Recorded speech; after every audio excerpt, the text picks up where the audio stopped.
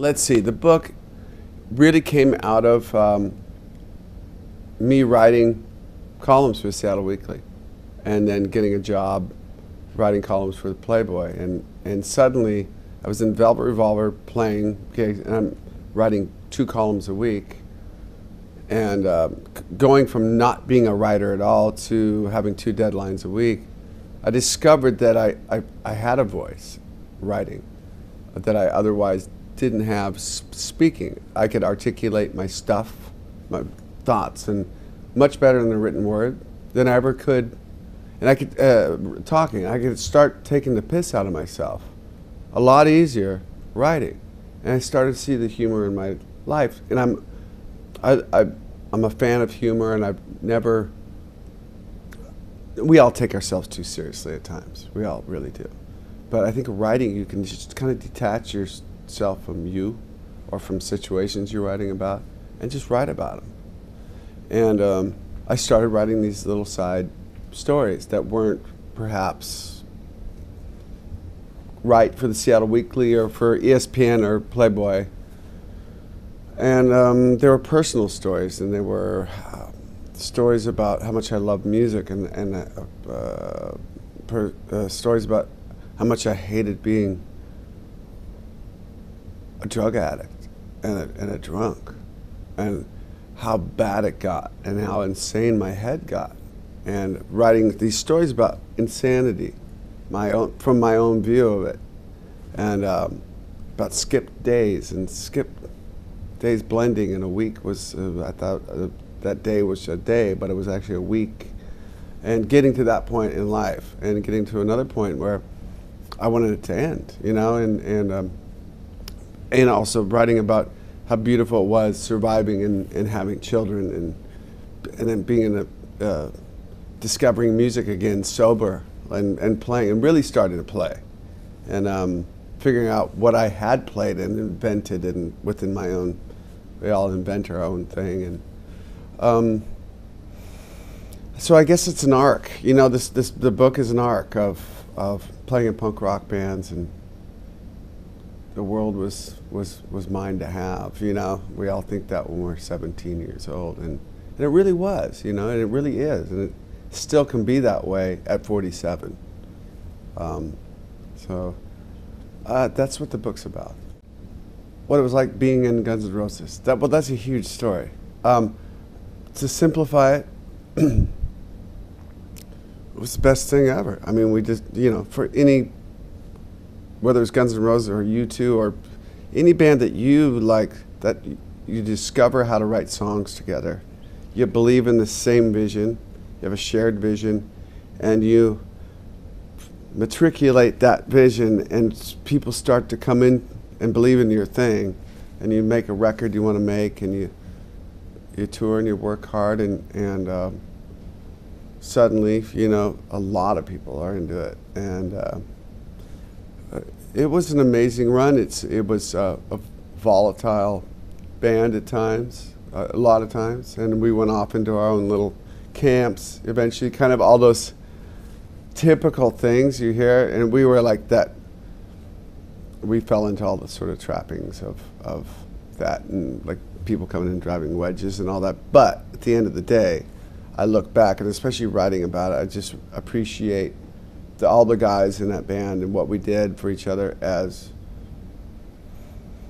young men coming of age. It's only the 5 of us who really experienced that whole thing, and only the 5 of us who really understand what happened.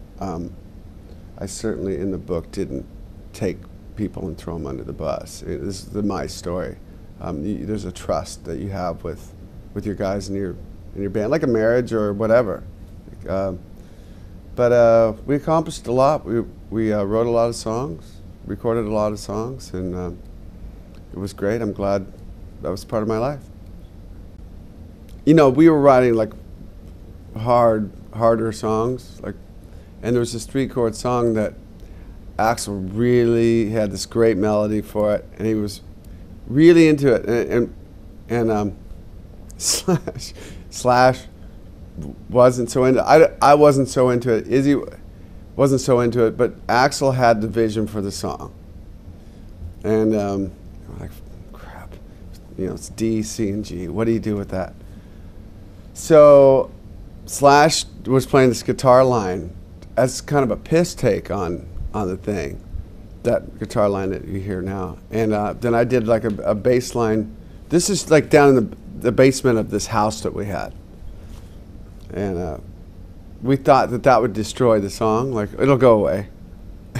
But it as everything was, and like everything always worked perfectly with us. And suddenly this song had this like theme, this weird Slash scale, and a bass line underneath it that, and suddenly I just loved the song, like the weirdness of that.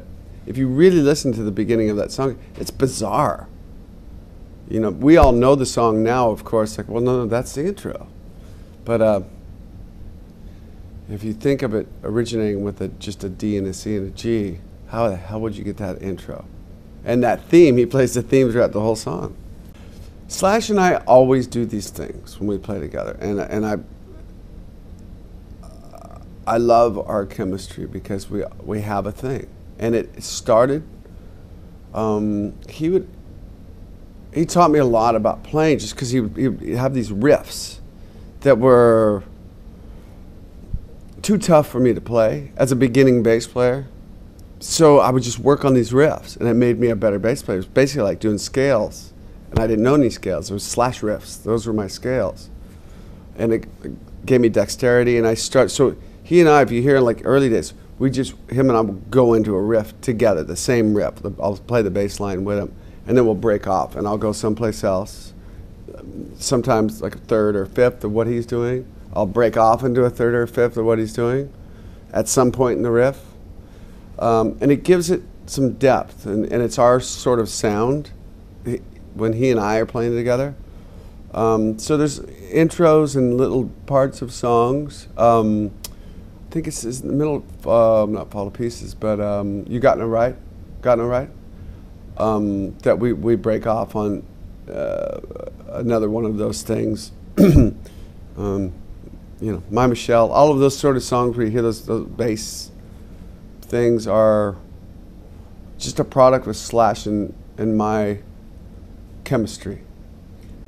So when I was discovering bass sound, like getting my own sound, I kind of took sort of like Larry Graham, Sly Stone, what stuff I grew up to, mixed with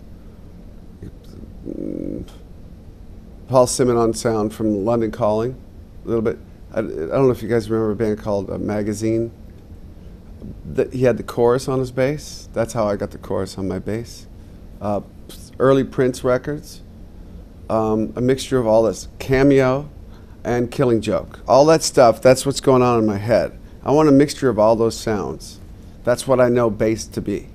That's what bass is. And I was a drummer before and a guitar player, and then now I'm a bass player. So I kind of mixed all these things together, and didn't have enough money to buy this stuff I wanted to get until we got our record advance for our first record, Guns N' Roses did. And I did all at the Guitar Center. I want that bass, that head, and I had a cabinet. And I want those strings. And I've been close to my sound with this other gear I just kind of put together, but suddenly I had like pro gear and the chorus pedal, Ibanez chorus pedal. I'm good to go.